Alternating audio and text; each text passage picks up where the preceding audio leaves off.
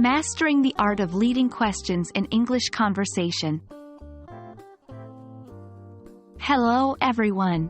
Welcome to our English language learning series.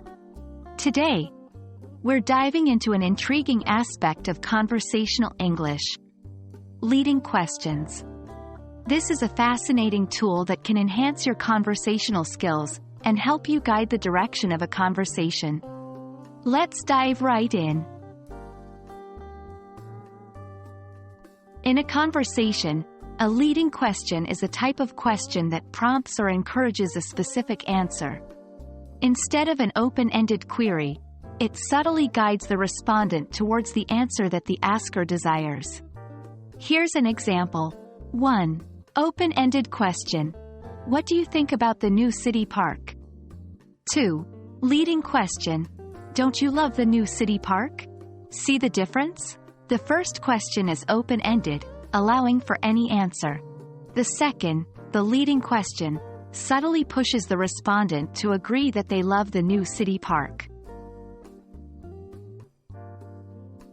Leading questions can be used in different situations. In daily conversations, they can be used to nudge the conversation towards a certain direction or to gather support for your opinions.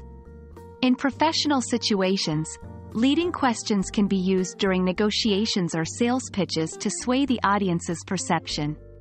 But remember, while leading questions can be powerful, they should be used judiciously to maintain respect and trust in a conversation. Creating leading questions involves two key elements. 1. Assumption. The question assumes a certain fact, opinion, or perspective. 2. Direction. The question is framed to guide the respondent towards a particular answer. For example, consider the question, "You liked the movie we watched last night, didn't you?" The assumption here is that the person enjoyed the movie, and the direction is guiding the respondent to agree with that assumption. Now it's time to practice creating and responding to leading questions. Remember, practice makes perfect.